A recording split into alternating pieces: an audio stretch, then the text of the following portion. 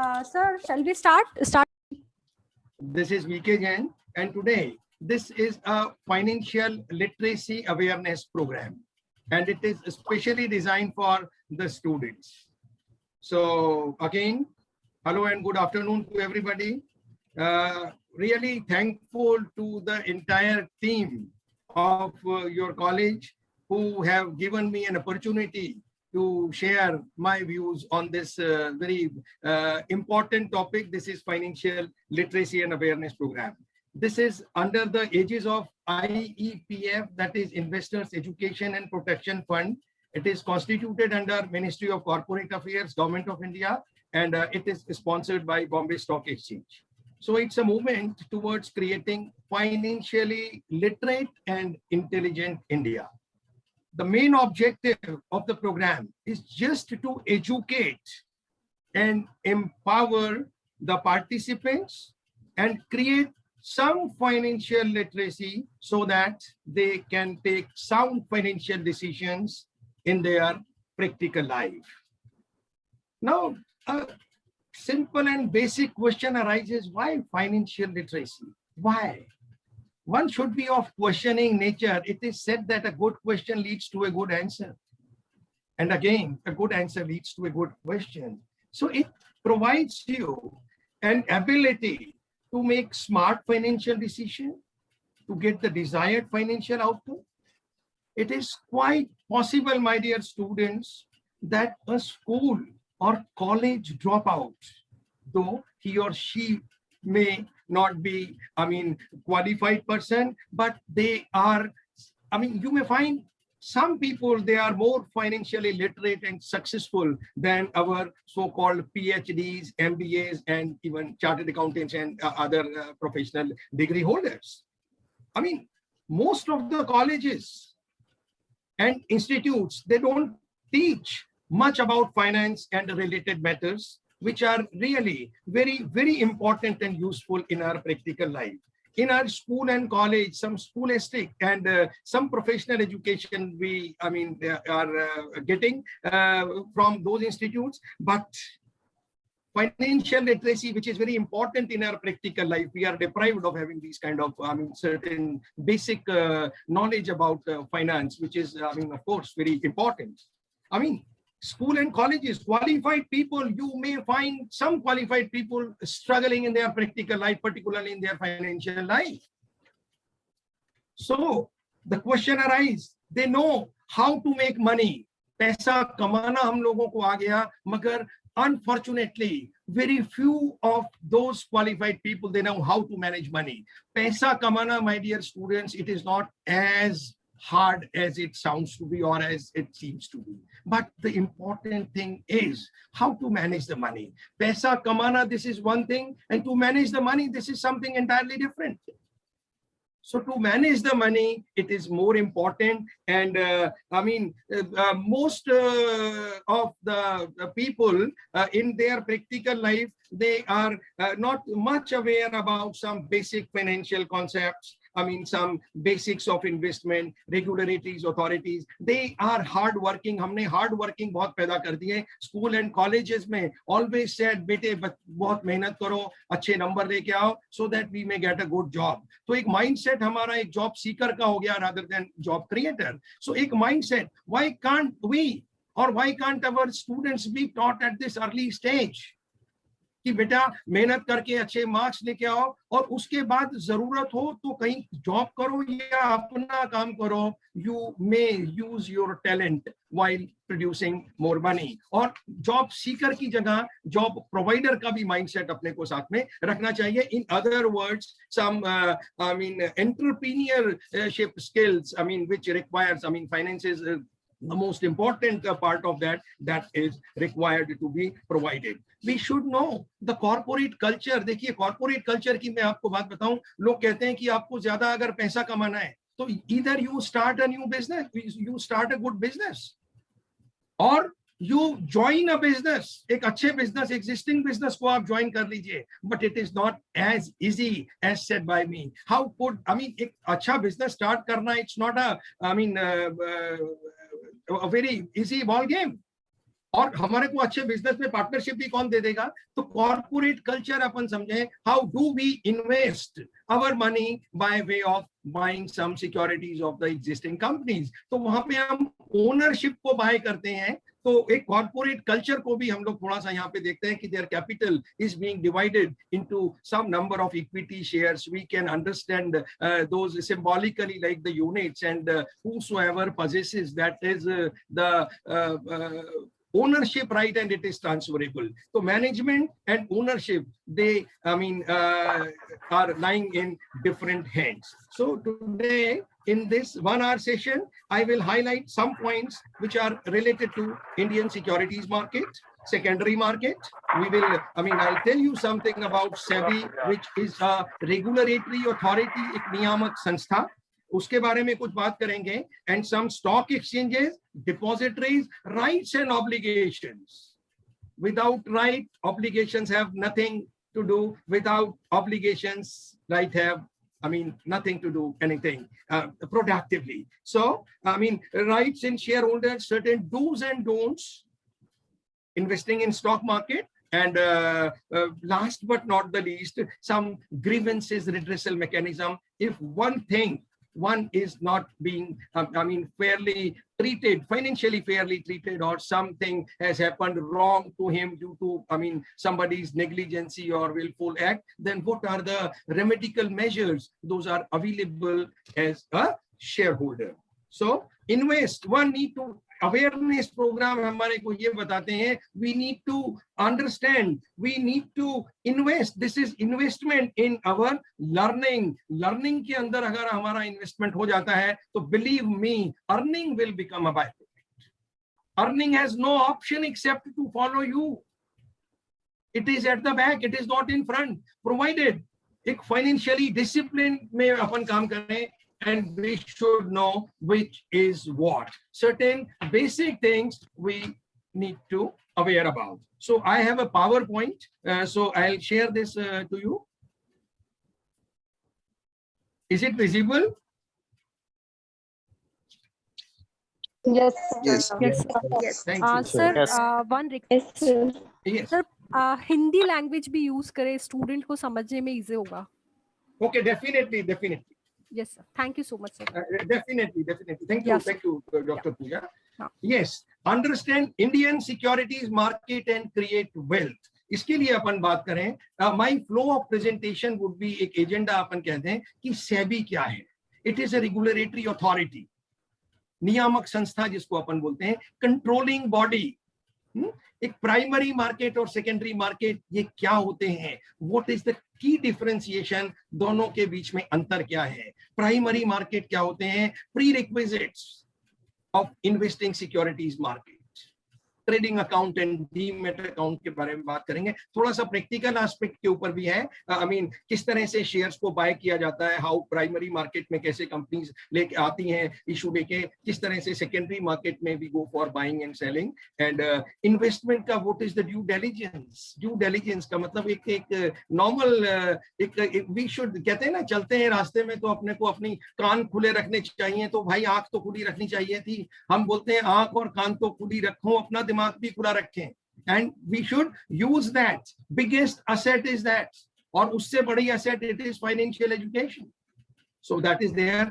Public issue में हम लोग कैसे अप्लाई करें, मैं आपको बताता हूं. कई बार people are not able to, एक अपॉर्चुनिटीज जो हमारे पास में आती हैं उनको कई बार यूज नहीं कर पाते because we are not aware about. यार इसका तो मालूम नहीं है किस तरह से करना है, आई वॉज नॉट अवेयर. तो it is not always due to lack of knowledge of particular subject, but sometimes it is due to non awareness about certain things. But otherwise, everybody, most of the people, they are quite capable of making money. They are good in finance. यानी finance में देखिए knowledge, एक बहुत ज्यादा technical knowledge में उस extent की आपसे बात नहीं करता. It is more a common sense than any specific kind of knowledge. Common sense के अंदर थोड़ा सा कमर्शियल सेंस, थोड़ा सा यूज कर रहा हूं वर्ड में, थोड़ा सा कमर्शियल सेंस अगर इसमें अपन डालते हैं, I think most of the people can do wonders in their practical life as far as finance is concerned. So rights of the shareholders, because shareholders are the owners. So as an owner, what are the rights available to the shareholders? I mean, according to law. And SEBI's का, I mean, recent investor protection measures क्या हैं, do's and don'ts, and some investor grievances redressal mechanism, how to lodge complaints against the erring member or erring party. So do you know? इसको हम शुरू करें. Who are the richest people? क्योंकि this topic is related to finance. तो एक बार थोड़ा सा just to get motivated और थोड़ा सा reconnect कर दूं आपको, because you all know who are the top richest person on this world. In this world, Jeff Bezos का नाम आपने सबने सुना होगा. He is the richest person, right? Bill Gates. Bill Gates का नाम we all are aware about his name. Warren Buffett. जादूगर कह सकते हैं इनको इन्वेस्टर्स मार्केट का. I mean, you know how much, how old he is. He is 92 years old, and he seems, I mean, I think very few people I have seen इतने young minded लोग, और अभी भी वो कहते हैं कि yes, I am passionate about earning money. खर्चा उनको दूसरी तरह से वो करते हैं, लेकिन earning money and give that money into charity, this seems to be his passion. और एक बहुत बड़े philanthropist और बहुत बड़े investor हैं ये, and बहुत सारे नाम हमारे पास में हैं. तो बेनॉर्ड अर्नोल्ड का भी नाम बहुत फेमस है. ओमेन Ortega, I mean there are other. Paul Slim is there. Mark Zuckerberg बहुत छोटी एज के अंदर, he is, I mean, multi-millionaire. Larry Page, Larry Ellison, Sergey. There are few other names. Very, I mean, this is a very small list of those. So the question is, आपको क्या लगता है? What is the source of their wealth? इनकी wealth का source क्या है? Ownership of their business, वो अपने business के मालिक हैं, और something else. तो ओनरशिप ऑफ बिजनेस को यहाँ पे थोड़ा सा मैं कॉर्पोरेट से रिलेट करके आपको समझाने की कोशिश करूंगा. ओनरशिप ऑफ द बिजनेस, आपको अभी थोड़ी देर पहले आई टोल्ड यू कि इधर you start a good business और you join a good business, वहां के ऊपर आप हिस्सेदारी और पार्टनरशिप ले लीजिए. But it is not so easy. कहते हैं ना, necessity is the mother of invention.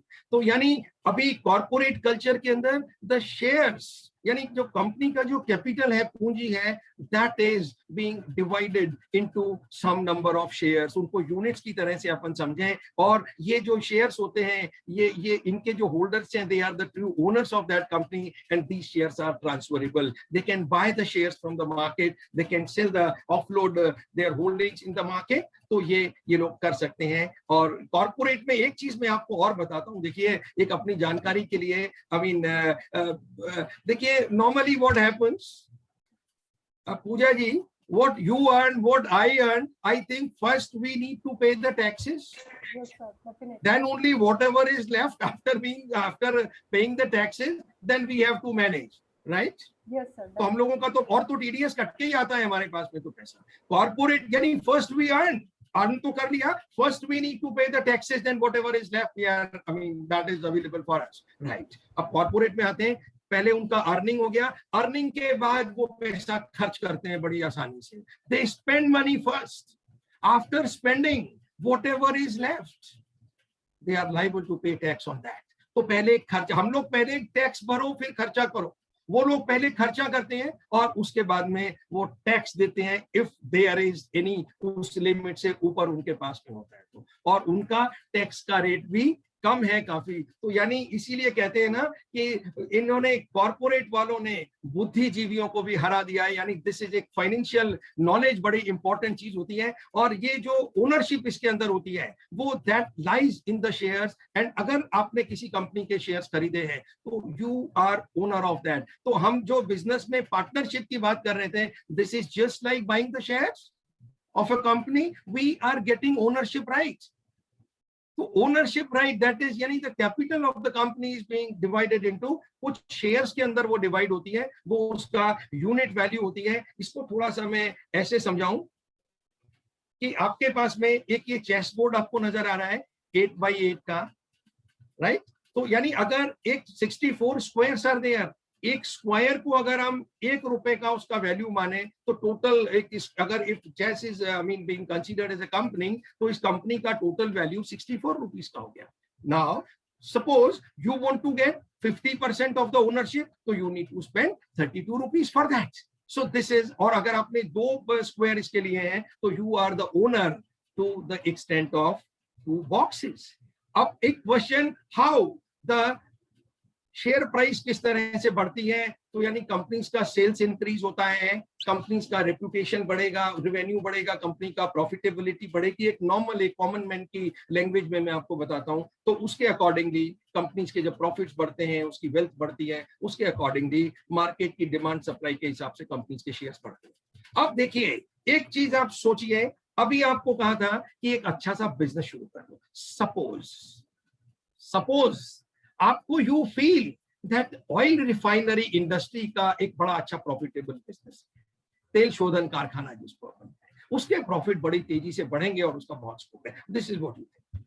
So now you want to get the benefit, तो अब क्या करना पड़ेगा आपको? We are left with 2 options. Go and set a oil refinery business. Oil refinery business शुरू करते हैं। Do you think oil refinery business it's, I mean, कोई सब्जी की दुकान पे जाके सब्जी लाना या कोई फल खरीदने जैसा है? It needs crores and crores of rupees to, I mean, set up an oil refinery business. तो हम क्या कर सकते हैं? We may buy shares in oil refinery. कोई तेल शोधन कारखाना, कोई एग्जिस्टिंग कंपनी है, तो अपन उसके शेयर्स को इसमें से परचेज कर सकते हैं, and we will be getting एक प्रोपोर्शनेट, आनुपातिक ओनरशिप राइट अपन जिसको बोलते हैं, वो अपन उसमें ले सकते हैं। सो एक नॉलेज होना किसी चीज का। और देखिए, यानी मैं आपको बोलता हूं टू बाइंग, लोग बोलते हैं मैंने शेयर खरीदे उसके, मैंने ये क्या, मैं कहता हूं कि आप, you are buying a company, उसके अंदर you, I mean, this is a wonderful business. और जिस दिन आपको लगता है कि ये बिजनेस अच्छा नहीं सका, you are at liberty to sell the shares in the market. तो इसके अंदर भी why don't we put our head, कई सारी चीजें अपन उसमें। तो अब हम एक छोटा सा बिजनेस शुरू करते हैं, तो हम 50 तरह की तहकीकात करते हैं, यस और नो।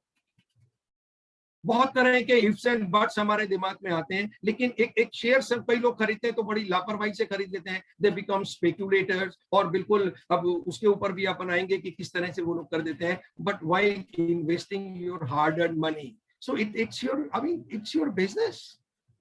तो कहते हैं ना, active income and passive income. Active income, I am getting some income while I am working. Passive income, I am again getting some income while I am not working.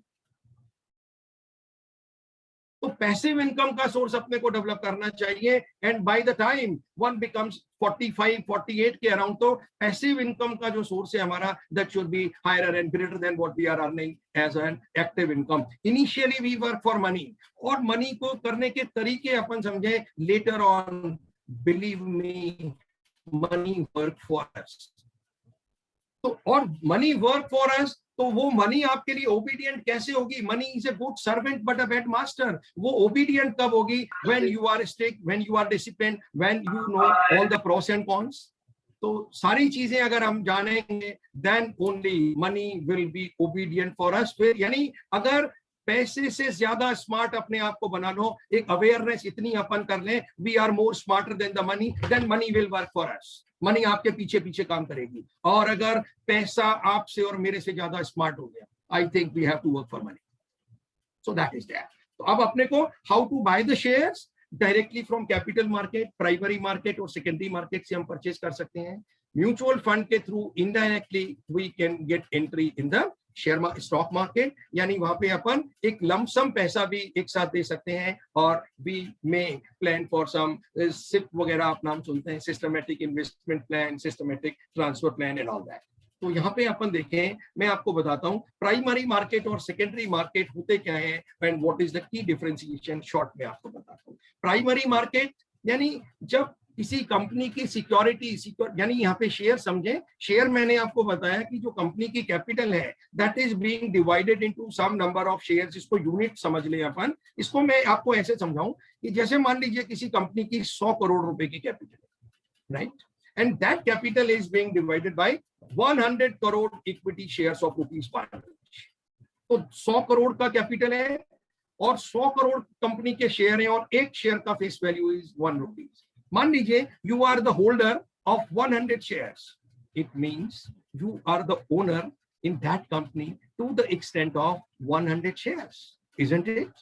तो एक proportionately आप ownership है, तो you consider yes that company is working for you, you are entitled for getting all the corporate benefits जो company earn कर रही है, उसका 100 शेयर्स में जितना प्रोपोर्शनेट होता है, you are entitled, it means you are having the ownership, आप मालिक हैं उस कंपनी के, company is working for you. एक बिजनेस में लगा दिया ना पार्टनरशिप हमने, कंपनी मेरे लिए काम कर रही है, so you are the owner. तो सिक्योरिटीज मार्केट का फर्स्ट टाइम जब कंपनी मार्केट में आती है पैसा लेने के लिए फॉर देयर एक्सपेंशन और डाइवर्सिफिकेशन प्रोग्राम, तो we call it new issue market भी अपन इसको बोलते हैं। एंड इसका जो प्राइस डिटर्मिनेशन है that is by the issuer company which is there to issue the shares, और उसका जो मर्चेंट बैंकर्स है उनकी कंसल्टेशन से ये प्राइस डिटरमाइन करते हैं कि एट व्हाट प्राइस हमको इशू लेके आना है। एंड की इंटरमीडिएटरीज जो इसमें हो गए, इंटरमीडिएटरीज मिडल मैन, मध्यस्थ जिसको अपन बोलते हैं,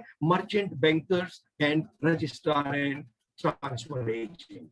और इसका जो पर्पस होता है my dear students, that is to raise capital, capital बढ़ानी है कंपनी को, इसलिए बढ़ानी है so that company can go for expansion and company can plan for diversification. So this was for primary market. और सेकेंडरी मार्केट में क्या होता है, ट्रेडिंग, जो ऑलरेडी एग्जिस्टिंग शेयर्स होते हैं कंपनी के, उनका ट्रेडिंग यानी buying and selling of securities takes place. So share market is a place where buying and selling of securities takes place. इसको हम लोग पोस्ट इशू मार्केट भी बोला करते हैं। सप्लाई और डिमांड फोर्सेस ये प्राइस डिटरमाइन करती हैं, और जो इसके की इंटरमीडिएटरीज हैं दोज आर स्टॉक ब्रोकर्स, जो सेबी ये इनके स्टॉक एक्सचेंज के रिकॉग्नाइज्ड और ऑथोराइज्ड ब्रोकर्स होते हैं। एंड डीपीज यानी डिपॉजिटरी पार्टिसिपेंट्स, उसके बारे में थोड़ा सा हम में डिस्कस करते हैं।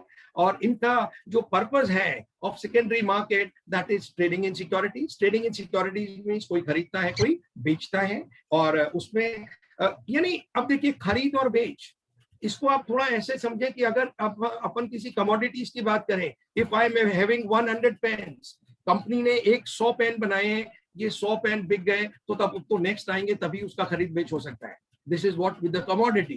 लेकिन ये मार्केट ऐसा है जहाँ पे buying and selling takes place. It infuses, it provides lots and lots of liquidity to the market. कोई लोग खरीदते हैं, कोई लोग बेचते हैं, तो खरीद और बेच, डिमांड, सप्लाई और कई सारे अदर फैक्टर्स, कंपनी का, प्रमोटर्स का, what is the track record of the promoters, profitability company की कितनी है, peer comparison कंपनी का कैसा है, certain financial ratios are there, certain financials, company का long term planning क्या है, there are certain other factors, आपका long term horizon क्या है, short term horizon क्या है, उसके बेस के ऊपर कंपनी की जो शेयर्स होते हैं उसका डिमांड और सप्लाई के बेस के ऊपर प्राइस डिटरमाइन होता है। So this is what the secondary market is.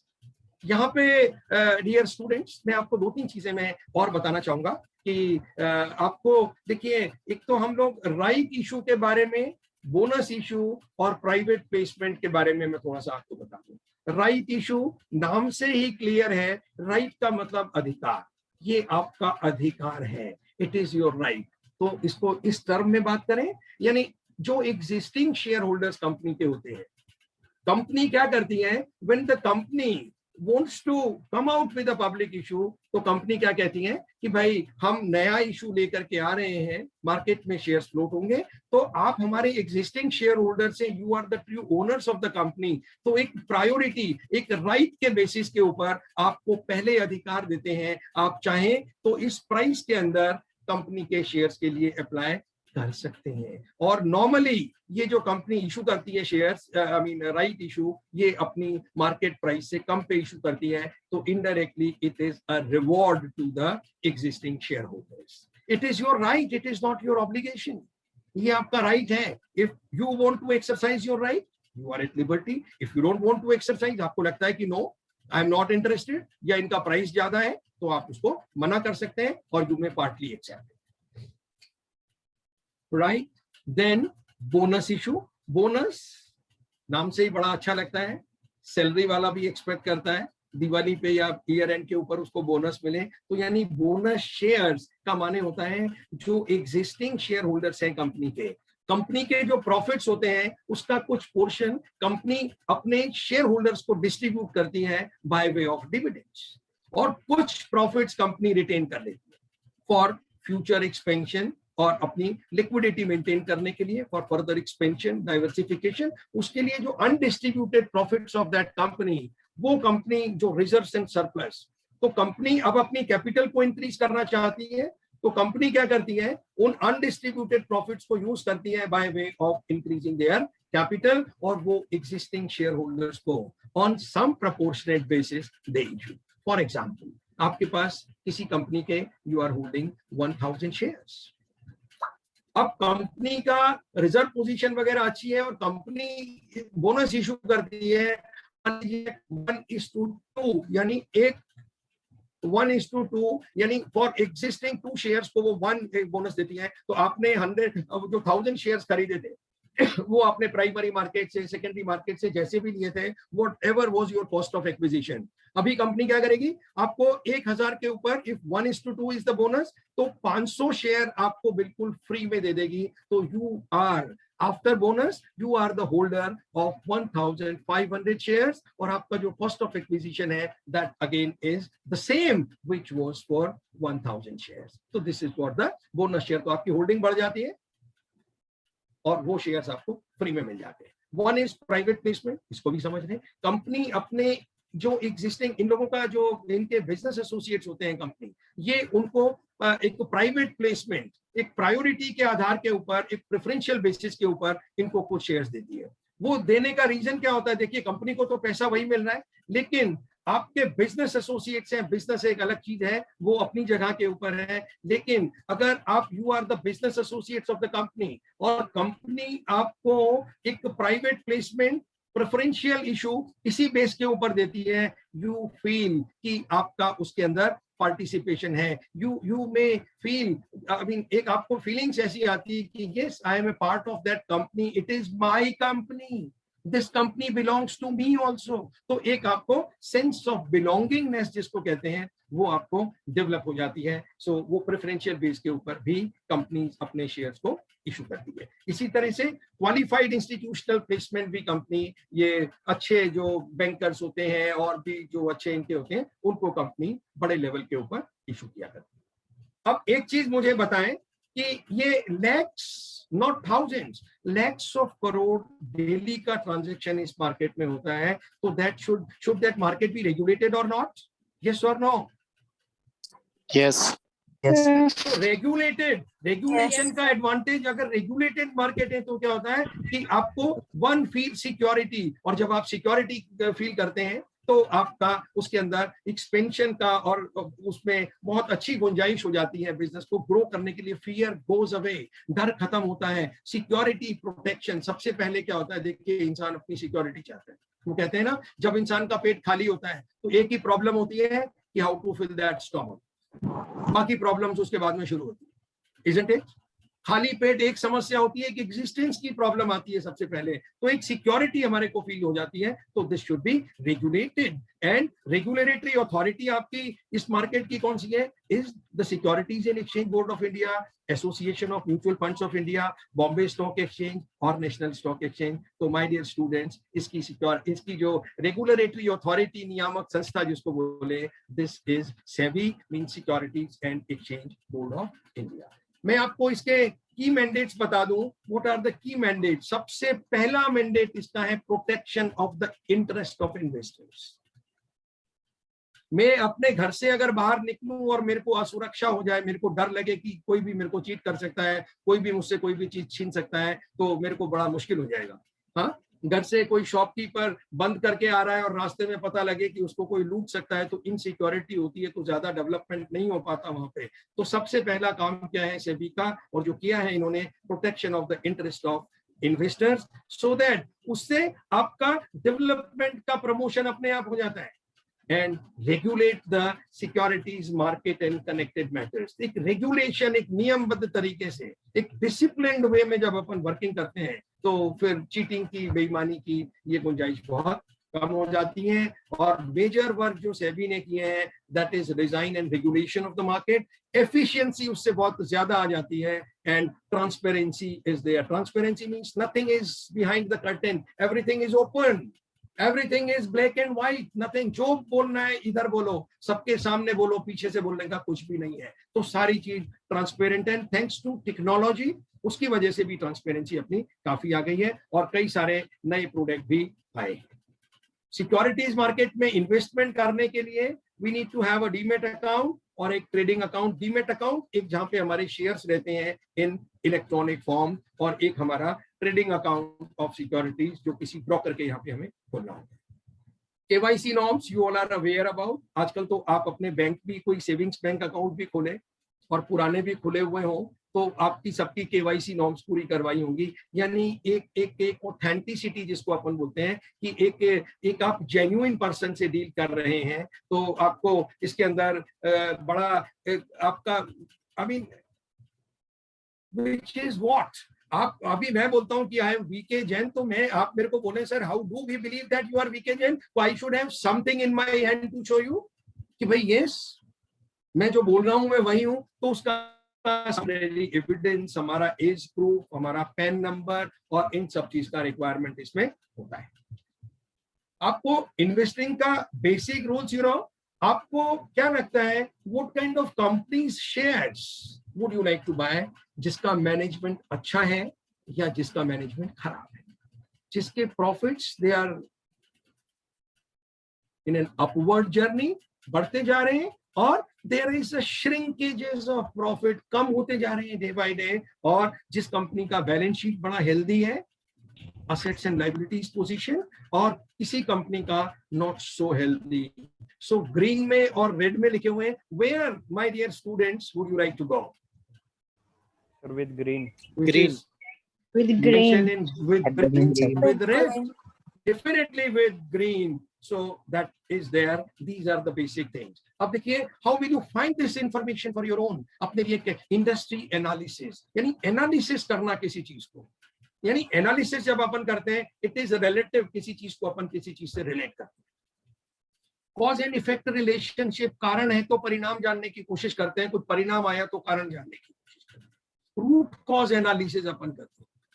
Current profits company के अपन देखते हैं। फाइनेंशियल रेशियोज, आप में से बहुत लोग जानते होंगे, बहुत सारे रेशियोज के बारे में आप लोग पढ़ते होंगे। फाइनेंशियल रेशियोज यानी कोई चीज का रिलेशनशिप। अब जैसे मार्केट में अब ये PE ratio, price earning ratio बहुत चलता है, आपका डेट इक्विटी रेशियो, और तो बहुत सारे रेशियोज हैं कि हमारे जो, यानी एक चीज का एक चीज से रिलेशन। जैसे देखिए, रेशियोज आपको बहुत मदद करते हैं। मान लीजिए मुझे कोई एलिमेंट, कोई बीमारी हो गई है and I go to doctor. छोटी मोटी बीमारी होती है तो डॉक्टर मेरा नर्व्स देखता है, और छोटी मोटी चीज लुकिंग तो ऐसा लग रहा है तो वो मेरे को ट्रीटमेंट भी दे देता है या छोटा मोटा कर देता है। मान लीजिए ऐसा लगता है कि समथिंग सीम्स टू बी, उसको कुछ और एनालिसिस करनी है, तो डॉक्टर मुझे क्या कहता है कि भैया ट्रीटमेंट तो अपन शुरू करेंगे, उसके पहले दीज आर सर्टेन टेस्ट ये आप करा लीजिए, and on the basis of the reports of those test, जब उसको डॉक्टर को हम दिखाते हैं, उसको डॉक्टर एनालिसिस करता है और उसके accordingly looking to my ailment, जो वो रिपोर्ट जो उसका वो बता रही हैं, रिपोर्ट्स बता रही हैं, उसके बेसिस के ऊपर doctor gives me treatment. So is the case with financial ratios.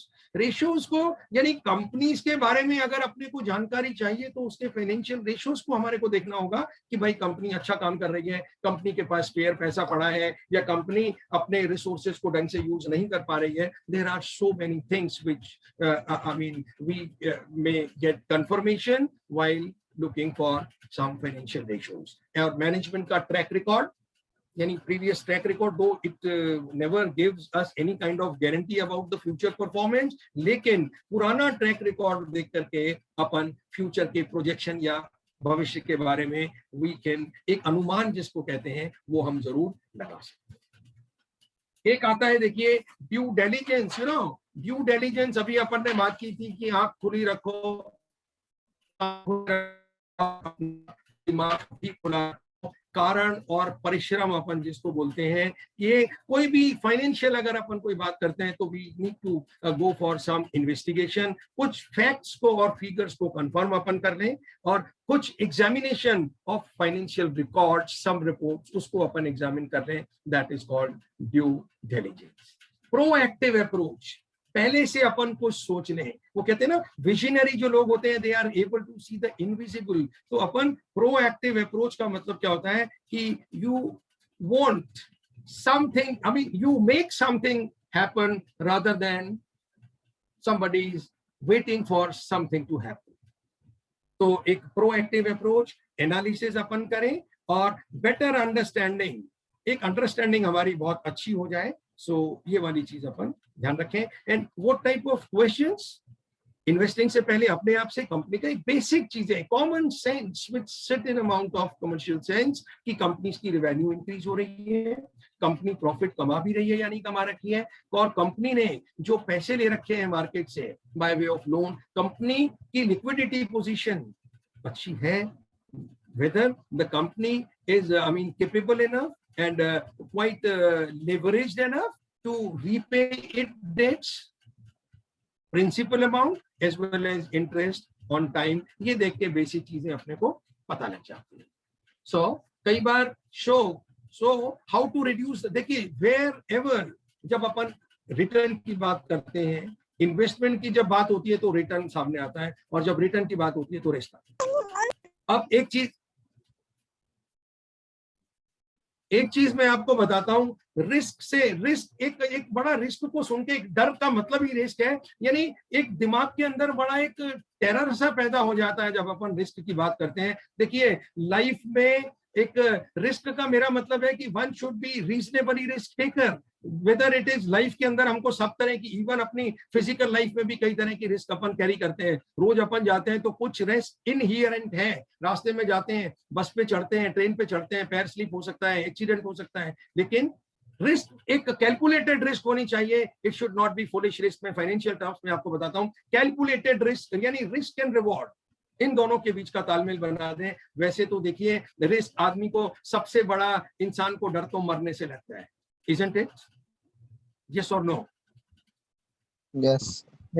अभी तो कोविड पे चलता है, सबसे ज्यादा डर मरने से लगता है, लेकिन एक चीज which we all are pretty sure about, जिस दिन हम पैदा हुए थे उस दिन से हमारी डेथ तो बिल्कुल सिक्योर्ड हो गई थी. There was no insecurity to over death. Everybody knows कि मेरे को एक दिन मरना तो है, लेकिन एक चीज मुझे बताइए, इस मरने के डर से कितने लोगों ने जीना छोड़ दिया? मरने के डर से जीना.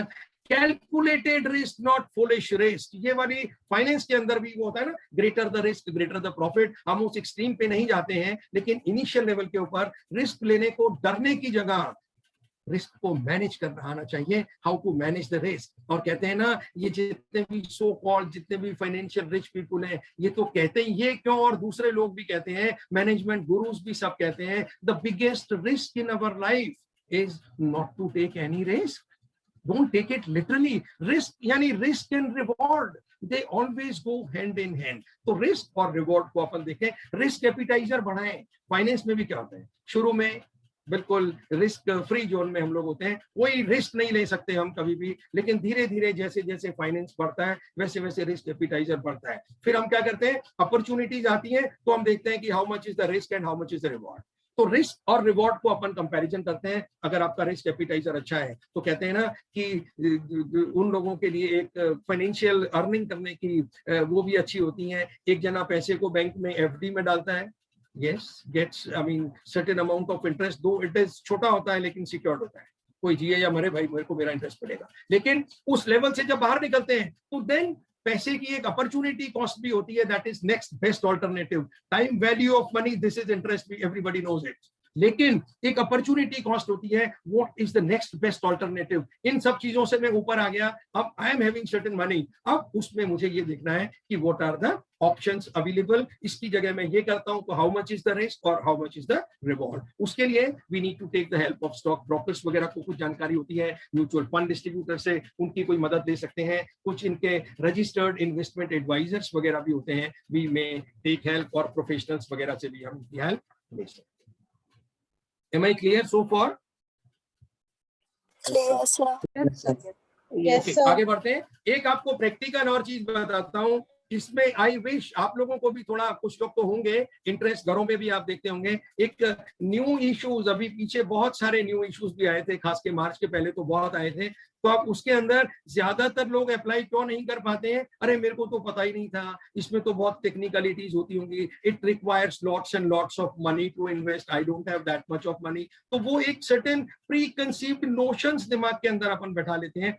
यानी इसके अंदर एक 15,000 से नीचा भी एप्लीकेशन लगता है। आजकल कहीं एप्लीकेशन के लिए चेक देने की और जरूरत नहीं होती। This is ASBA application supported by blocked amount. आपका जो अकाउंट है वो आपका जो अकाउंट है उसमें उतना पैसा होना चाहिए, और वो पैसा जो आप एप्लीकेशन लगाते हैं, मानिए 15,000 से नीचे वाले उसमें आप लगाते हैं, तो वो पैसा आपका थोड़े टाइम के लिए ब्लॉक होता है, निकलता नहीं है। That is your money lying in your account. आपने शेयर्स में लगा दिया तो वो पैसा ब्लॉक हो जाएगा 5-7 दिन के लिए। तो जब अलॉटमेंट का प्रोसेस होगा, 5-7 दिन में हो जाता है एप्लीकेशन और अलॉटमेंट में, आजकल तो बहुत जल्दी हो जाता है।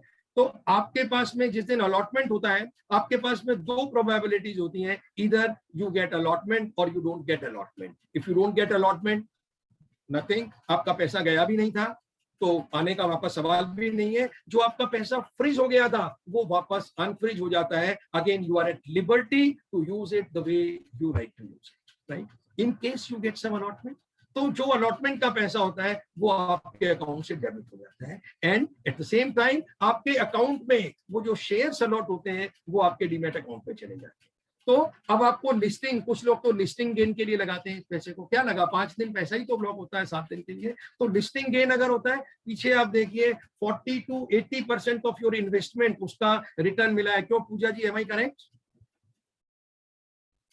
सो अब उनका इतना हेफ्टी रिटर्न, यस, गारंटी नहीं है लेकिन एक बहुत अच्छा इसमें आपको मिलता है, और आपको इसके, और वो पैसा 5 दिन बाद आपका फ्री हो जाता है। और जब अलॉटमेंट आता है, आप अच्छे इश्यूज में लगाएं, उनकी रेटिंग भी आती है, फाइनेंशियल चैनल्स के बारे में और बहुत सारी जानकारी मिलती है। तो we should be aware about that. This is called opportunity. इसके लिए कहीं आपको बहुत मेहनत करने की और फिजिकल उसकी जरूरत नहीं होती। सबसे बड़ी चीज, द बिगेस्ट, दिमाग है भाई। काम तो केवल हार्डवर्क तो हमने बहुत कर लिया, बहुत सीख रहे हैं और अभी भी करते हैं हार्डवर्क, लेकिन बच्चों हार्डवर्क के साथ स्मार्ट वर्क करना भी सीखो। हार्डवर्क, केवल हार्डवर्क इज नॉट द, ये सक्सेस की वो नहीं है कि केवल हार्डवर्क ही होगा। सबसे ज्यादा हार्डवर्क तो गधा करता है। गधा करता है, गधा किसके लिए काम करता है? अपने मालिक के लिए, खुद के लिए नहीं करता। और उसका मालिक बड़ा होशियार होता है, के आगे वो गाजर लटका देता है, वो भागता जाता है, गाजर आगे चली जाती है, न गधे को गाजर मिलती है और गधा भागता जाता है। और गधे का मालिक इस चीज को बहुत अच्छी तरह जानता है। गधे से ज्यादा वो गाजर ज्यादा जरूरी है गधे से काम करवाने के लिए, तो वो लॉलीपॉप उसको देनी होती है। एक स्मार्ट वर्क करें। लोग कहते हैं ना, अपने से ज्यादा होशियार आदमियों के साथ काम करो, और ये बड़े बड़े जो बिजनेसमैन हैं वो कहते हैं अपने से होशियार और अपने से टैलेंटेड आदमी को काम पे लगाओ और धीरे धीरे आप उस काम से बाहर आ जाओ। They will manage it properly, आपसे ज्यादा बेहतर तरीके से वो काम कर लेंगे। लेकिन अपन ऐसा ना समझे, ये बहुत ऊंचे उस लेवल तक पहुंचने के बाद कई बार इंसान कहता है hard work, this is the की। लेकिन हार्ड के साथ साथ हार्ड वर्क पे ही डिपेंड हो गए तो वो गधे वाली स्थिति हो जाएगी। हार्ड के साथ स्मार्ट वर्क, और स्मार्ट लोगों का काम तो हार्ड वर्कर किया ही करते हैं। तो हार्ड वर्क करिए, लेकिन हार्ड वर्क के साथ साथ थोड़ा सा स्मार्ट वर्क भी करिए। So this is the way. और कई बार आजकल तो 3-in-1, IPO को 3-in-1, बैंक्स आपका अकाउंट भी रखता है, DPs भी उनके पास होता है, और ब्रोकरेज का भी उनके पास में लाइसेंस होता है। तो सारी चीजें दोज आर इंटरलिंक्ड, आपको कहीं जाने की जरूरत नहीं होती है। माय डियर स्टूडेंट, टेक्नोलॉजी बहुत एडवांस हो रही है, और आप तो I mean you are fortunate enough, you are living in a techno savvy environment. उस टेक्नोलॉजी को यूज करो। टेक्नोलॉजी आपकी आपके लिए एक लेबर की तरह काम करती है कि नहीं करती है?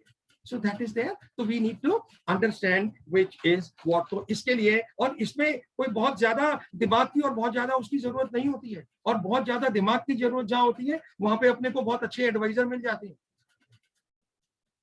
एक्सपर्ट हर चीज में हम नहीं हो सकते, लेकिन कुछ certain basic things are there, और यू ऑल आर प्रोफेशनल्स। उसका डिग्री ले आप ले रहे हैं, प्रोफेशनल्स को कहा जाता है try to catch hold on your basics. और उसके बाद अपना कम्युनिकेशन और चीज को आप अच्छा रखिए, बेसिक्स को पकड़िए, उसके बाद क्योंकि बेसिक्स बदलते नहीं है और जितना डेप्थ में आपको जाना होता है, बेसिक्स स्ट्रांग होते हैं तो डेप्थ में जाना बड़ा इजी हो जाता है। अब मैं आपको थोड़े से शेयर होल्डर्स के राइट्स बता दूं।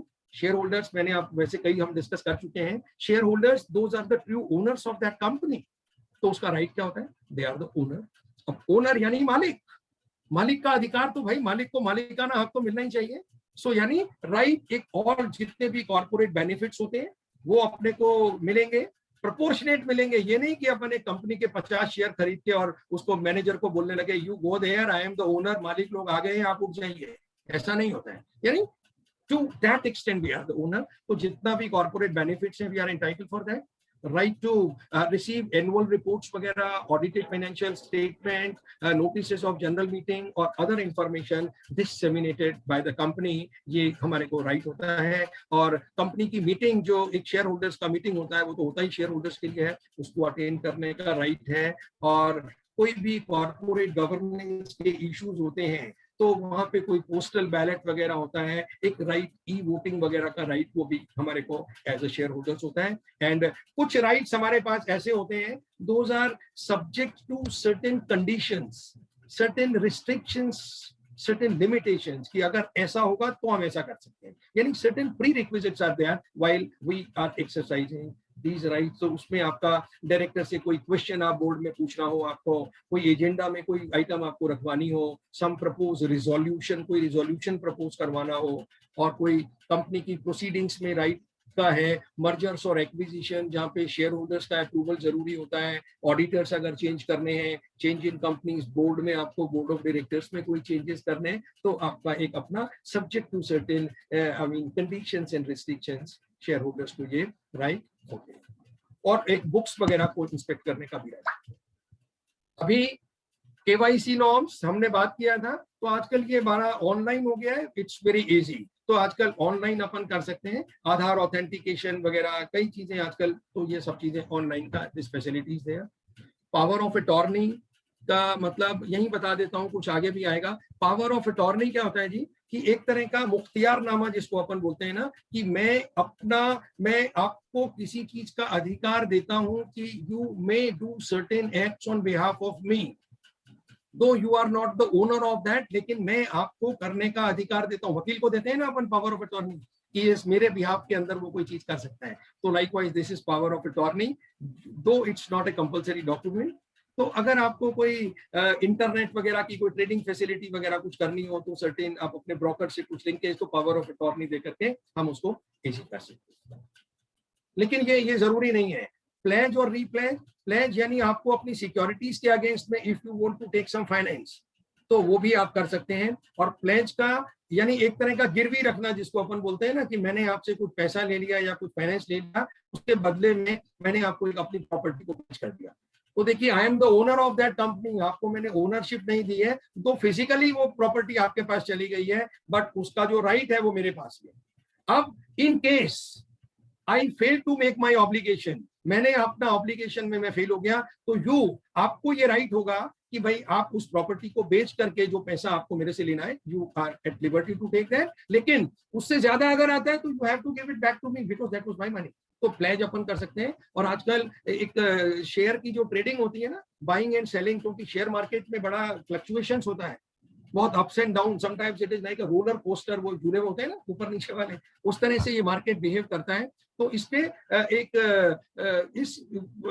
कई बार बहुत ऊपर नीचे बहुत ज्यादा इसके अंदर फ्लक्चुएशंस आते हैं। To curve that fluctuations, SEBI और स्टॉक एक्सचेंजेस कई बार उनके ऊपर मार्जिन लगाते हैं बाइंग और सेलिंग के ऊपर। So only genuine buyers and sellers are there. एक स्पेकुलेटिव एक्टिविटी को जस्ट टू चेक, उस पे लगाम लगाने के लिए ये करते हैं, तो उसमें बायर और सेलर के ऊपर मार्जिन लगाते हैं। तो उस मार्जिन को, क्योंकि उसमें लिक्विडिटी आपकी खराब हो जाती है, तो यू मे यूज, आपके पास जो एग्जिस्टिंग शेयर्स पड़े हुए हैं उनका देयर इज अ सर्टेन, उनका जो प्राइस फॉर्मुलेशन है वो करके आप उनको प्लेज करवा सकते हैं, और उस मनी को you may use it as a margin money, आप अपने मार्जिन मनी की तरह से उसको use, so that you may intact your liquidity provided you wish to do. और अगर आपको वो प्लेज शेयर बेचने हो तो वो फ्रीज हो जाते हैं आपके शेयर। जब आपको बेचने हो तो you have to unpledge that और उसको फिर आप बेच सकते हैं। लेकिन जैसे ही आप अनप्लेज करेंगे तो वो सिक्योरिटी जो मार्जिन आपको दिया हुआ था वो मार्जिन टू द एक्सटेंड जो भी उसकी कैलकुलेशन होती है to the extend that would reduce. तो ये भी एक अच्छा फैसिलिटी है आपको। और एक डीमैट अकाउंट, इसका डिटेल अभी अपन देख लेते हैं। And mutual funds you know एक pooling of money, share market के अंदर बहुत नॉलेज चाहिए, पैसा चाहिए, डिसीजन कई बार चाहिए, कई बार हम टाइम नहीं दे पाते, तो अपन we can I mean look for mutual fund के थ्रू, यानी जहाँ पे छोटे छोटे स्मॉल इन्वेस्टर्स का मनी पूल होता है और इनके जो एएमसीज वगैरह होती हैं ये उस पैसे को इन्वेस्ट करती हैं in different I mean variety of products. तो जहाँ पे आपकी इच्छा के हिसाब से some debt securities are there, growth fund में इन्वेस्ट कर सकती हैं, कुछ हाइब्रिड फंड है, कुछ इंडेक्स फंड्स हैं, there are I mean plethora of products to invest in. तो उसके थ्रू भी हम लोग इसमें आ सकते हैं। और इनिशियल लेवल के ऊपर यही कहा जाता है कि बहुत छोटा, even with 500 rupees you can I mean come to share market while I mean routing through mutual fund। वहाँ पे आपको टाइम भी ज्यादा नहीं देना पड़ता है, आपको एक्सपर्ट का सर्विसेज मिल जाता है, बेस्ट कॉस्ट ऑफ एवरेजिंग आपकी हो जाती है। तो इसके लिए भी अपन बहुत सारे प्रोडक्ट हैं, इसके बारे में भी थोड़ी सी जानकारी अपने को रखनी चाहिए। पे इन और पे आउट आपको बता दूं, I mean do's and don'ts of investing, कि यानी बहुत बड़ा मार्केट है तो इसका बड़ा सेंट्रलाइज सिस्टम है। और डेली बेस के ऊपर क्या होता है, नेटिंग पोजीशन, बाइंग सेलिंग। तो दो सिचुएशन बनेगा, ये बायर है और ये सेलर है। बायर को पैसा देना है और सेलर को अपनी सिक्योरिटीज देनी है। तो जब नेटिंग हो जाती है तो बायर्स क्या करते हैं, अपना पैसा देते हैं, ब्रोकर्स के थ्रू स्टॉक एक्सचेंज के पास चला जाता है और सेलर्स अपनी सिक्योरिटीज दे देते हैं, शेयर्स दे देते हैं। और ये जब हो जाता है, सब चीज रिकनसाइल हो जाती है, तो वी कॉल इट पे इन। यानी पे इन हो गया, जिसको जो चीज देनी थी उसने वो चीज दे दी है। नेक्स्ट डे क्या होता है, ये चीजें रिवर्स हो जाती है। जिसने पैसा दिया होता है उसको शेयर्स चाहिए होते हैं, और जिसने शेयर्स दिए हुए होते हैं उसको पैसा चाहिए होता है। तो पे आउट का मतलब होता है कि ये चीजें अपनी अपनी जगह पे चली गई हैं, स्टॉक एक्सचेंज ब्रोकर्स के थ्रू इन सब चीज को रोटेट कर देता है। और पे आउट के नेक्स्ट डे, पे आउट का मतलब होता है कि एवरीथिंग इज सेटल्ड, बायर से पैसा आ गया, बायर्स को सिक्योरिटीज हो गई है, सेलर्स को पैसा चला गया है और सेलर्स से सिक्योरिटीज आ गई है। ब्रोकर उस पैसे को within 24 hours, broker is under obligation to deposit that money into your account. तो आजकल तो सब ऑनलाइन सिस्टम में, तो इसलिए ऐसा कोई दिक्कत इसमें नहीं आती है। और बड़ा पे इन पे आउट का ध्यान रखें, be careful, power of attorney, यानी कभी ऐसा नहीं खाली दे दें अपन किसी को, तो कभी कभी ये डेथ वारंट की तरह से भी काम हो जाती है कि बिल्कुल ही ब्लैंक करके आंख बंद करके दे दिया, तो it may be used I mean against you as well if you are not aware. तो बहुत जरूरत हो तो ही दें और बहुत ध्यान रखें इस चीज का। कॉन्ट्रैक्ट नोट्स जो हमारे होते हैं उसके बारे में भी सारी details, it's a documentary evidence basically, तो उसमें सारी डिटेल्स आपकी राइटिंग फॉर्म के अंदर हो जाती है। और ब्रोकर के पास जब आप शेयर सेल करते हैं, एक्सेसिव मनी आपका नहीं रहना चाहिए, एज एंड व्हेन पे आउट हो जाए नेक्स्ट डे आपको ले लेना चाहिए। वैसे तो अगर आप सेटलमेंट टू सेटलमेंट वाले मार्जिन के उसके हिसाब से अगर आपने ऑप्शन दिया हुआ है, तो जिस दिन आपका ब्रोकर एक दिन भी आपके पैसे को होल्ड नहीं कर सकता, ब्रोकर इज अंडर ऑब्लिगेशन कि वो आपके अकाउंट में पर सेटलमेंट टू सेटलमेंट वो पैसा ट्रांसफर कर देगा। अदरवाइज एक सर्टेन कट ऑफ पीरियड, उससे ज्यादा ब्रोकर आपके पैसे को होल्ड नहीं कर सकता। It is your choice.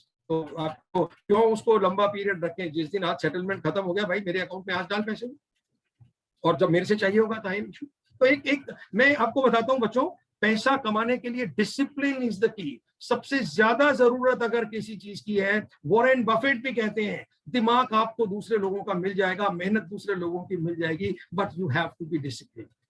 And बहुत डिसिप्लिन की अपने को जरूरत होती है। और एक लर्निंग, अपने आप को एक लर्निंग एक मशीन बनाइए। जब लर्निंग मशीन अपनी बन जाएगी और लर्निंग अच्छी अपने को होने लगेगी, and we implement that learning into earning, तो earning will become a by product.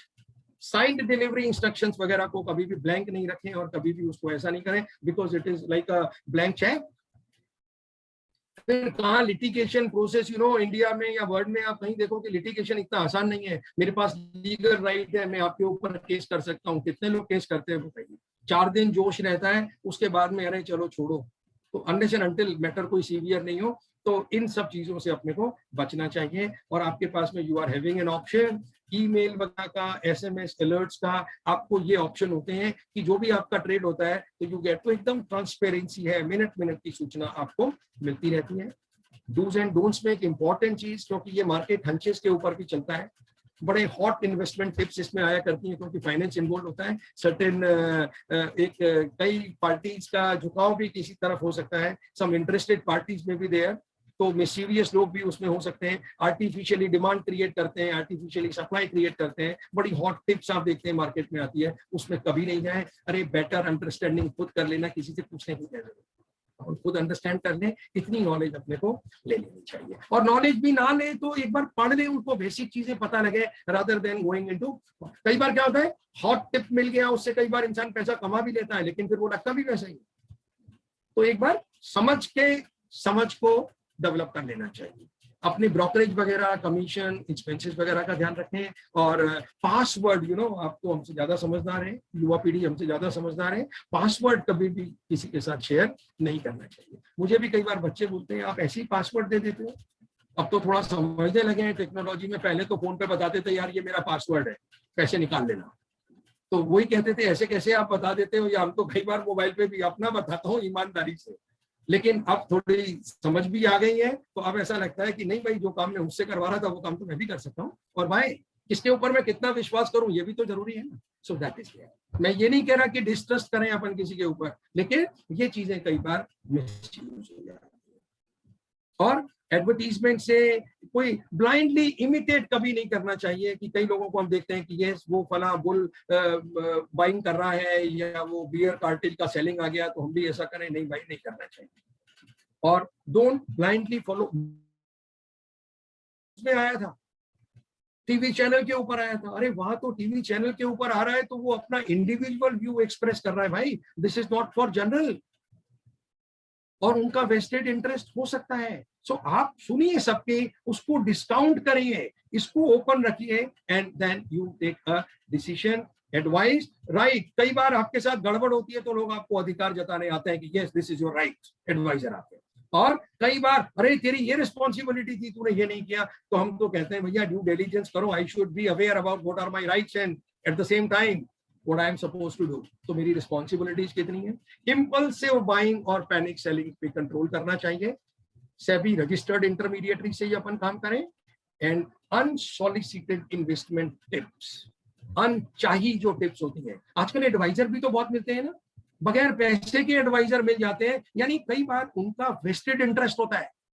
आप सोचिए, तो हमको इतना बेसिक्स अपने को डेवलप कर लेना चाहिए, इतना होमवर्क अपने को कर लेना चाहिए कि अनसॉलिसिटेड इन्वेस्टमेंट टिप्स के लिए बहुत बहुत बहुत ज्यादा जागरूकता की जरूरत होती है। बहुत मतलब एक इम्पल्सिस के अंदर, एक कई बार इमोशनली इम्पल्सिस, इसके अंदर अपने को नहीं जाना चाहिए। We should always think with our head rather than using our heart. Grievances redressal ये इंपॉर्टेंट है। ग्रीवेंसेस रिड्रेसल के अंदर अगर कोई आपको स्टॉक ब्रोकर, स्टॉक एक्सचेंज, कोई कंपनी, कोई म्यूचुअल फंड, इससे अगर आपको कोई शिकायत है, you think you are financially cheated, आपके साथ फाइनेंशियली मिसबिहेव हुआ है, कोई इंफॉर्मेशन आपको नहीं मिली है, समथिंग इज हाइड, और you think that you are aggrieved party, तो आप उनके अगेंस्ट में एक्शन लेने का आपको राइट है। तो SEBI complaints redressal system score आपका, this is a dedicated centralised website for grievances redressal, उसका आपने को यूज जरूर करना चाहिए। एंड स्टॉक एक्सचेंज के बारे में थोड़ा सा जानकारी देके we are almost coming to the end of the session. Order कैसे किया जाए ब्रोकर को, कॉन्ट्रैक्ट नोट क्या, थोड़ा सा हमने देख लिया। How to settle buy and trade, pay in pay out मैंने आपको पहले ही बता दिया था, तो यहाँ तो it would be easy. Payment of margin क्या होते हैं, अर्ली पेइंग कर दे, एंड सम ग्रीवेंसेस, तो what is the redressal mechanism. Broker से अगर अपने को कुछ ऑर्डर अगर प्लेस करना है तो हम लोग क्या कर सकते हैं, ब्रोकर का ऑफिस पे विजिट करके कर सकते हैं, फोन पे बता सकते हैं, उसको मेल भेज सकते हैं, उसको एक ब्रोकर का वेबसाइट होते हैं, डेडिकेटेड वेबसाइट, उस पे भी जाके कर सकते हैं। Most of the brokers they use their mobile apps, तो वो आप डाउनलोड करके ऑल आर मेनू ड्रिवन, आप उसको कर सकते हैं।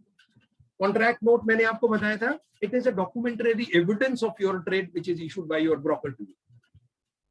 तो उसमें आपको बहुत सारी इंफॉर्मेशन मिल जाती है। और एक बार आप एक ब्रोकर कॉन्ट्रैक्ट नोट को, मैंने देखा है इतना लोग ट्रेड करते हैं लेकिन कॉन्ट्रैक्ट नोट को कई बार ध्यान से लोगों ने देखा ही नहीं है। उसके अंदर सारा डिटेल होता है और एक डॉक्यूमेंटरी एविडेंस भी अपना होता है, and you are entitled to get your contract note from your intermediatory broker within 24 hours of your trade. हम देखें या नहीं देखें, it is up to us, लेकिन ब्रोकर से आपको लेना चाहिए। लेकिन उसको, यानी उसमें आपको कई बार पता लगता है कि what is the brokerage content, what is दूसरे खर्चे हमारे कितने हैं, कितना टैक्स उसके ऊपर लग रहा है, सर्विस टैक्स कितना है, ये बाकी एसटीटी वगैरह कितना लग रहा है, सब चीजें अपने को पता लग जाती है। बाय एंड सेल ट्रेड मैंने आपको बताया, पे इन एंड पे आउट जब सिक्योरिटीज और मनी का होता है तो वो कहा जाता है कि this is the settlement of the transaction. तो पे इन पे सब चीज इन यानी आ जाती है और आउट के अंदर वो चीज वापस चली जाती है। Margins, you know, to curb excessive trading और speculative trading, price rigging, downfall, कई बार उसको आर्टिफिशियली जब होती है मार्केट में तो उसको कंट्रोल करने के लिए देयर आर सर्टेन मार्जिन्स। तो उसमें ये रहता है कि जेन्युइन और इन्वेस्टर ही मार्केट में बायर सेलर रहे, तो उसको just to protect the interest of investors in mass, तो ये रेगुलेटरी अथॉरिटीज इसको लगाती हैं, तो अपने को मार्जिन पे करना चाहिए। अर्ली पेइंग, कई बार बाइंग सेलिंग पे मार्जिन लगा है and you are the genuine seller, कोई शेयर मेरे पास है और ब्रोकर मुझे कहता है कि आपको बेचने के पहले मार्जिन देना होगा, तो कई बार मुझे लगता है कि यार ये तो इनजस्टिस हो गया मेरे साथ। आई हैव अ सिक्योरिटी जिसको मैं बेच रहा हूँ भाई, मैं कोई सट्टा तो नहीं कर रहा हूँ। तो वो कहते हैं कि पहले अगर आप सिक्योरिटी दे दें तो then you are exonerated to give the margin, and so is the case with buying of the shares. तो वो भी अपन यानी मेरे पास शेयर पड़ा है और जेन्युइन सेलर हूं तो मैं पहले डिलीवर कर दूं, तो उसका मतलब क्लियर है कि मैं इसको स्क्वायर नहीं कर रहा, I am the genuine seller, जो मैं इसको बेचूंगा and I want money against that. तो वो भी अपन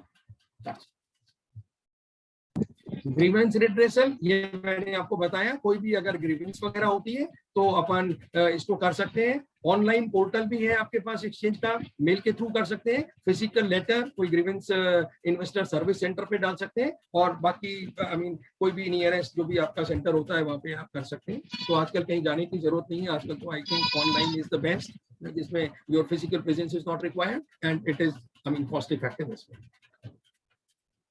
आई mean last but not the least, some depository. Depository का मतलब हुआ कि सर्विसेज क्या देती हैं ये डिपॉजिटरीज, डिपॉजिटरीज होती क्या है, ट्रांसमिशन क्या होता है, प्लेज मैंने आपको बता दिया, और डीमैट अकाउंट क्या होता है इसके बारे में मैं बताऊं। ये डिपॉजिटरीज जो होती है कि ये आपके जो शेयर्स होते हैं ये आपके इलेक्ट्रॉनिक फॉर्म के अंदर रहते हैं, from physical to electronic form. तो ये मैंडेटरी हो गया आजकल। फिजिकल में वन कैन नॉट ट्रेड, तो ये दो तरह की हमारी डिपॉजिटरीज है, CDSL it is promoted by BSE and NDSL it is promoted by NSE। तो एक इलेक्ट्रॉनिक फॉर्म में आपके सारी सिक्योरिटीज इनके पास रहती हैं, तो फटाफट आप देखिए ना, एक दिन आज मैंने बेच दिया, कल मेरे अकाउंट से निकल जाता है, कल मैं खरीदता हूँ, परसों मेरे अकाउंट में आ जाता है, तो ये फटाफट ओनरशिप गेट्स चेंज हैंड्स, और ये बड़ा फास्ट होता है and it is secured, it is 100% safe. तो these are the depository participants. Transmission क्या होता है, एक थोड़ा सा एक आप वैसे तो कॉमर्स वाले ज्यादा हैं, सब समझते हैं, यानी अगर किसी का डेथ हो जाए, कोई ल्यूनेटिक हो जाए, कोई इंसॉल्वेंस अगर हो जाता है, या जॉइंट होल्डर में से अनफॉर्चुनेटली समबडी डाइज, तो जो उनका लीगल हायर और जो आपका नॉमिनी है और दूसरा जॉइंट होल्डर है वो DP से कांटेक्ट कर सकते हैं, और there is a certain procedure, एक डेथ सर्टिफिकेट और वो आपको दे करके then you can I mean get the share transferred in your name. और ये जो ट्रांसमिशन है this is by operation of law, ये आपका और मेरा कोई वॉलेंटरी एक्ट नहीं होता है, इट इज आई मीन एक लॉ अपना कोर्स पे काम करता है, आपकी इच्छा नहीं है। मैं नहीं बोलता कि ऐसे मैं ये चाहता हूं कि इस तरह से ट्रांसमिशन हो जाए, नो, ये with the by the operation of law ही ये सब चीज। सो अपन DP को कांटेक्ट करें, और अगर नॉन इलेक्ट्रिक फॉर्म में शेयर्स वैसे बहुत कम होंगे, कोई पुराने रह गए हो किसी के पास, देन आपको कंपनी के रजिस्ट्रार एंड ट्रांसफर एजेंट से, and that is a long process, so वो that you have to deal with. Pledge मैंने आपको बता दिया था कि अगर if you need some finances against your security, और इसको अपन मार्जिन प्लेज की तरह से भी काम कर सकते हैं, we can I mean give it. अब देखिए मार्जिन प्लेज में जो शेयर्स होते हैं, मान लीजिए मेरा अकाउंट है, तो मेरे डीपी अकाउंट में कुछ शेयर्स पड़े हुए हैं जिसको मैं मार्जिन के रूप में अपने ब्रोकर को देता हूँ, राइट? तो वो मेरे अकाउंट में ही रहेंगे, लेकिन वो शेयर जो होंगे वो फ्रीज हो जाएंगे। फ्रीज हो जाएंगे का मतलब मैं उसको अब नहीं बेच सकता। मेरे को अगर उसे बेचना होगा तो I need to get these shares unfreeze first. तो वो कई बार होता है ना कि भाई मेरे को लिक्विडिटी अपनी खराब नहीं करनी, I don't want to I mean lose my liquidity, तो मैं क्या करता हूँ, ये शेयर मेरे पास है और लॉन्ग टाइम मुझे रखने हैं, वो मैंने ब्रोकर्स के पास, वो मेरे ही अकाउंट में होते हैं, लेकिन वो 2000 I mean act as a security, उसके अगेंस्ट में कुछ लिमिट सेट हो जाती है, तो टू दैट एक्सटेंड में बाइंग सेलिंग अपनी कर सकता हूँ, बार बार मुझे उसकी जरूरत नहीं होती। देखिए ये these are the basic things which everybody needs to understand. This is the ABC of investing. और हम देखिए हम लोग काम करते हैं, ज्यादातर आपको अच्छा काम करना हो या बुरा काम करना, इवन चैरिटी में भी जाना हो, you need to have money.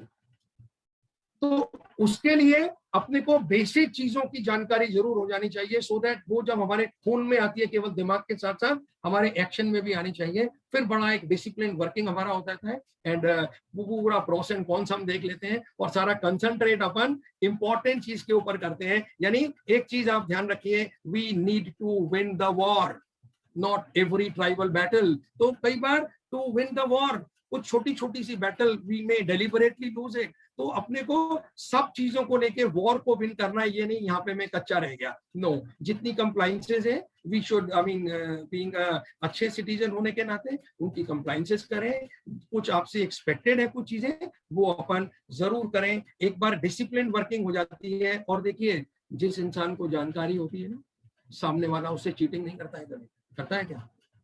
अब कोई वकील रोड के ऊपर जा रहा है तो कोई जल्दी से पंगा कर लेता है क्या उससे? अरे हाई कोर्ट का जज है, घिस के रख देगा अपने को, कभी भी ऐसा लगता है ना कि ये जानकार है भैया, इसके साथ पंगा लेना भारी पड़ सकता है। तो एक अपने को जानकार अपने को बनना चाहिए। So that is there. Last but not the least, summary of investment का एक हर क्वार्टर के अंदर you are entitled to have that statement. उसमें आपकी मूवमेंट जो शेयर्स की हुई है वो आपको मिल जाती है, डेट है, इक्विटी है, म्यूचुअल फंड है। लेकिन ये तो क्वार्टरली क्या होता है, ये तो every day I mean you are having practically in your mail, तो ये तो सारी ऑनलाइन आपको मिल जाती है। So this was all from my side to dear students. So last में टू रिकैप, हमने देखा एक just it is an awareness programme, right? So कोई ऐसा कोई नहीं है कि कोई एकेडमिक सेशन ये नहीं है। तो यानी अपने को what is stock exchange, what is SEBI, how it works, what is primary market, what is secondary market, how trading of shares takes place, what are the rights and obligations of shareholders, what is expected from the owners, shareholders से क्या expect किया जाता है, what is depository in case of you think that you are an aggrieved party, तो आपके पास what are the various courses available for the redressal, तो एक complaint भी लॉज अपने को। तो ये हमने कुछ चीजें देखी हैं। So this was all from my side.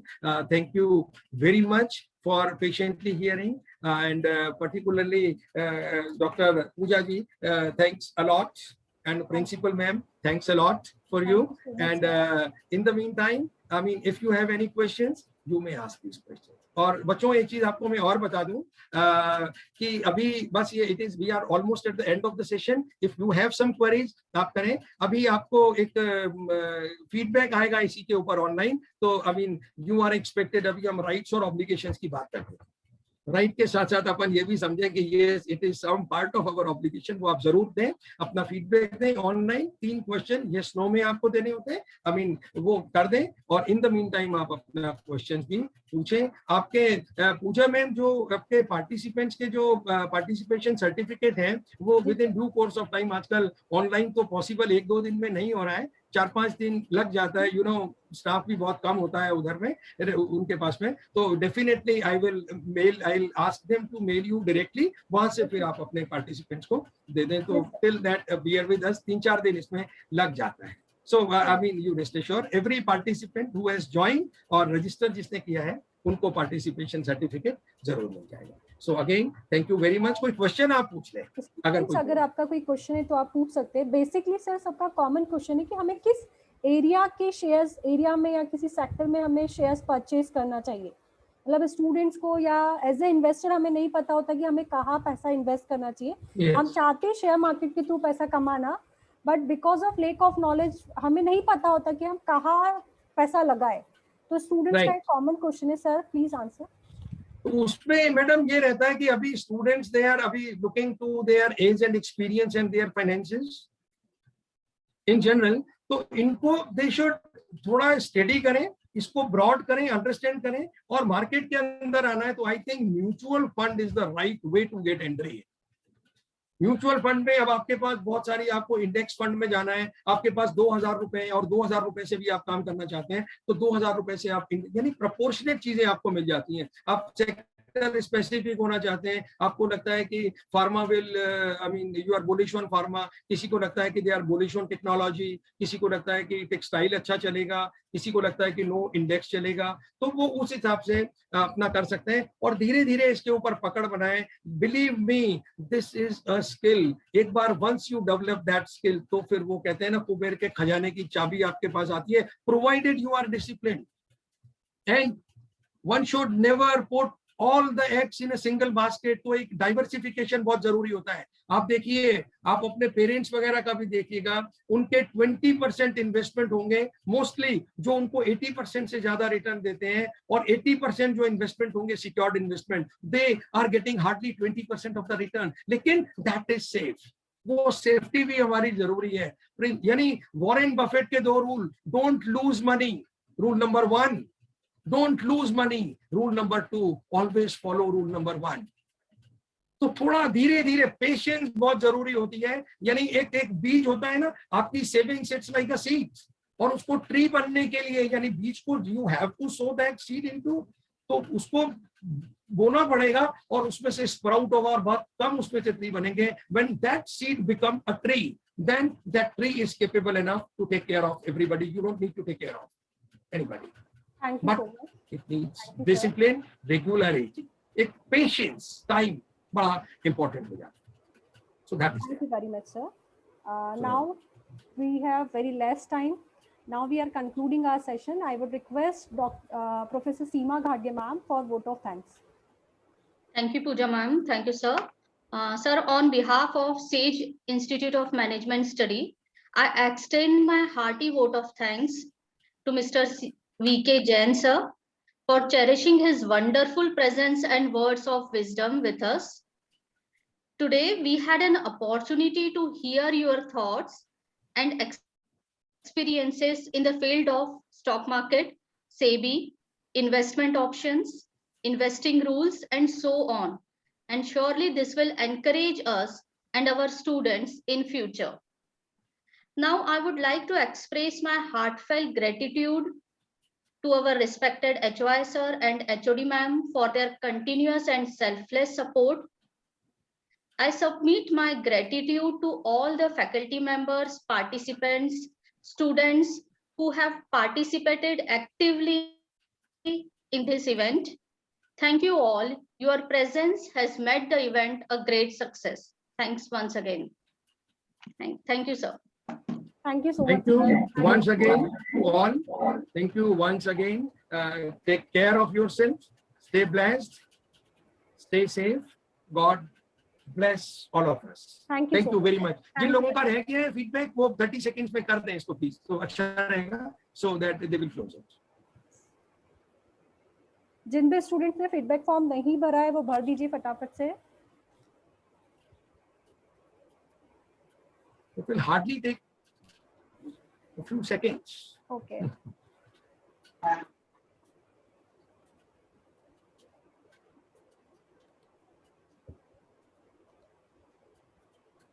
I think around 90 participants still are connected.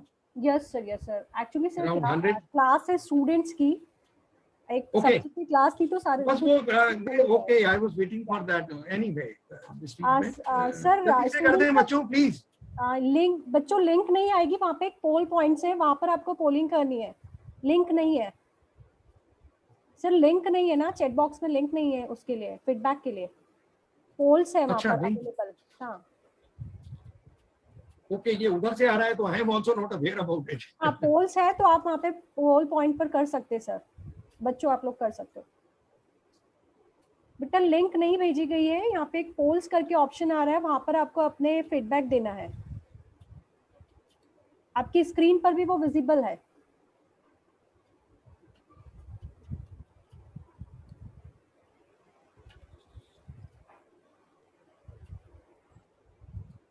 नहीं आ रहा है। बेटा नीचे की साइड आप अपने स्क्रीन में देखेंगे तो लास्ट में आपको दिखाई देगा पोल्स का ऑप्शन, वहां से आपको करना है बच्चे। मैडम मैंने रीलॉन्च की है पोल, किसी ने ये कर दिया था, स्टॉप कर दिया था। नाउ स्टूडेंट को बोले ना करने के लिए। चलिए आप करिए, आप कर लीजिए, स्टार्ट हो गया बच्चों।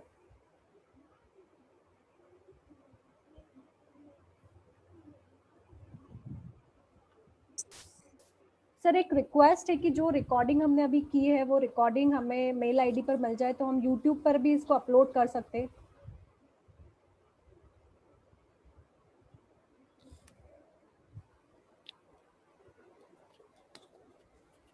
Okay,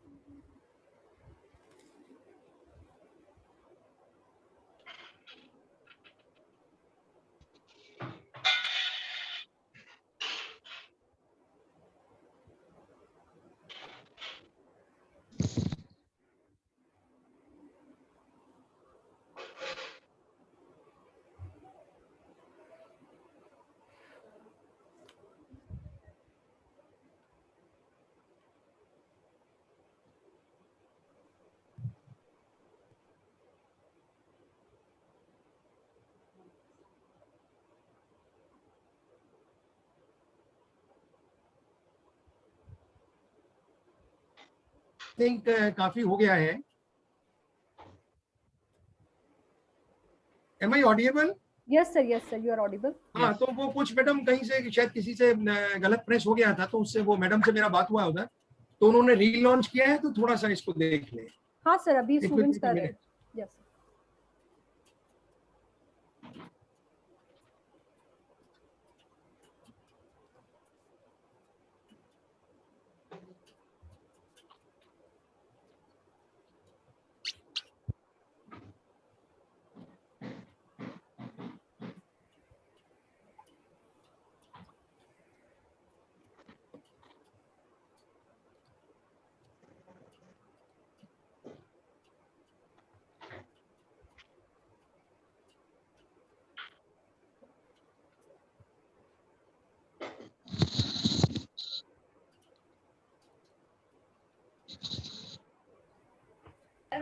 sir done feedback form. Okay, thank you very much. Thank you. Thank you all. Thank you sir, thank you. Thank you, sir. Thank you so You're much. welcome. You're welcome. Ma'am एक